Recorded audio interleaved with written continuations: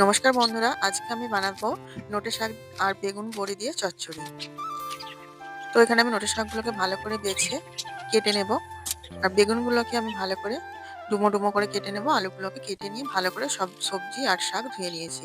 কড়াই বসিয়ে দিয়েছি। কড়াইয়ে তেল গরম করে এখানে বড়িগুলোকে ভেজে নিয়ে তুলে নিলাম। এখানে এই তেলের মধ্যে আলু আর বেগুনগুলোকে দিয়ে ভালো করে ভেজে নেব। ভাজা আমার প্রায় হয়ে গেছে। এখানে আমি শাকগুলো দিয়ে কিছুক্ষণ নাড়াচাড়া করলাম। শাকগুলো অনেকটা কমে গেছে।